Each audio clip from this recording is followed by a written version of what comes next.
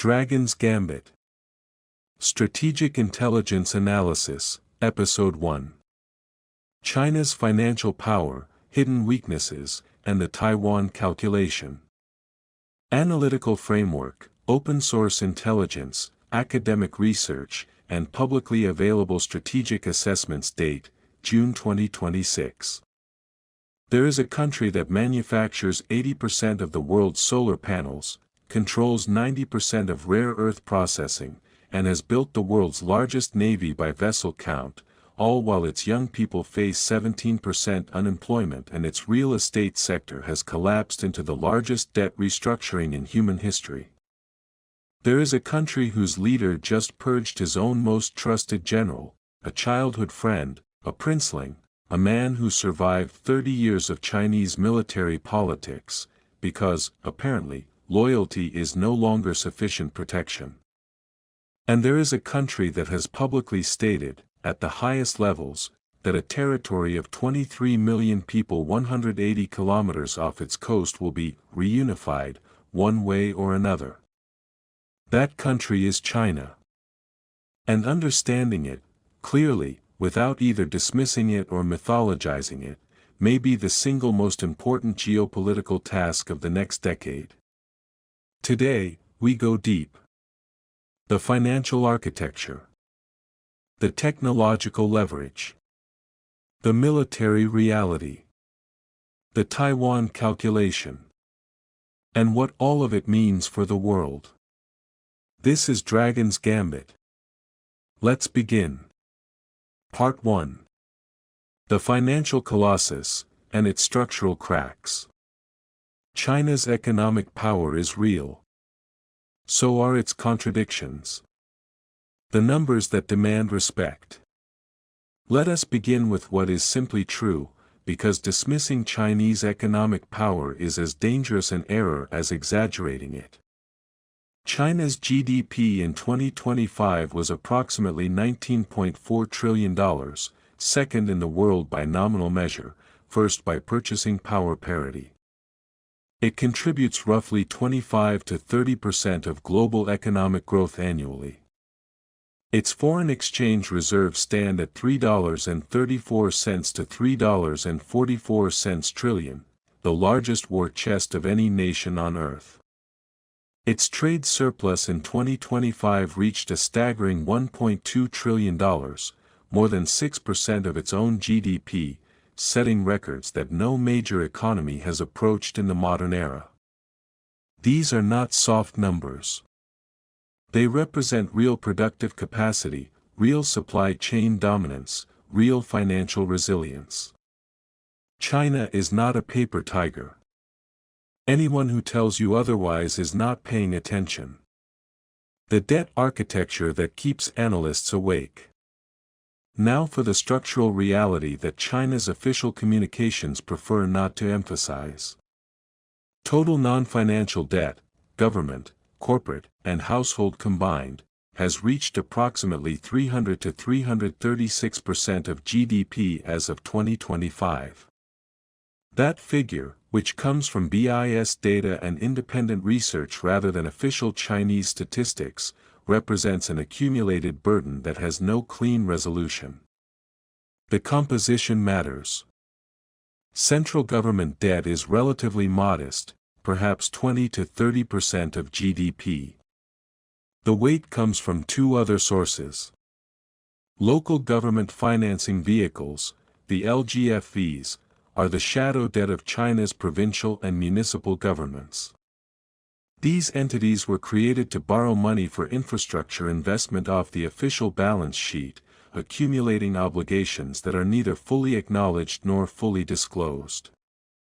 The IMF's augmented debt estimate, which incorporates LGFV obligations, puts the figure at approximately 124% of GDP for 2024, rising. Some independent analyses reach considerably higher. The real estate collapse is the second structural weight. The three red lines policy of 2020, which imposed debt ratio limits on property developers, was intended to prevent systemic risk from a sector that had grown to represent approximately 25 to 30% of economic activity, including ancillary industries. The policy succeeded in triggering exactly the systemic stress it was designed to prevent. Evergrande, at its peak the world's most indebted real estate company, with approximately $300 to $340 billion in liabilities, received a Hong Kong liquidation order in January 2024 and was delisted in 2025. Its founder Hui Ka-yen was investigated for fraud. Millions of pre-sold apartments remain unfinished. Country Garden, Sunac, and dozens of other major developers followed into various forms of distress. More than 18,000 real estate-related companies filed for bankruptcy in this period. The property sector's contribution to GDP investment has fallen from approximately 12% to 6%, a demand collapse of historic proportions for a sector that was simultaneously the primary savings vehicle for hundreds of millions of middle-class Chinese families. The youth employment paradox. Here is a number that rarely appears in Western coverage of China's economy but may be the most politically significant of all. Youth unemployment, the rate for Chinese aged 16 to 24, excluding students, has run between 15 and 18.9% throughout 2025 and into 2026. In August 2025, it peaked at 18.9%. As of April 2026, it had moderated to 16.3%, still more than triple the headline urban unemployment rate of approximately 5.2%. This matters for a specific reason. The Chinese Communist Party's legitimacy rests on a social contract: the party delivers economic improvement, and the population accepts political constraints. That contract was explicitly formed with a rising middle class that expected its children's lives to be better than its own. A generation of university graduates, 12.7 million new graduates entered the labor market in 2026, a record, who cannot find employment commensurate with their education are not merely an economic problem. They are a political time bomb with a slow fuse. The private sector retreat. The story of China's economic trajectory from 2020 to 2026 cannot be understood without understanding what happened to its private sector. Xi Jinping's Common Prosperity Campaign, announced in 2021, was publicly framed as addressing inequality. Its operational effect was a systematic reduction in the autonomy, scale, and ambition of China's most dynamic private enterprises. The signal event was Jack Ma. In October 2020, Ma gave a speech criticizing China's financial regulators. Within weeks, Ant Group's $34 billion IPO, which would have been the largest in history, was halted. Ant was forced into a complete restructuring. Alibaba was fined the equivalent of approximately $2.8 billion for antitrust violations.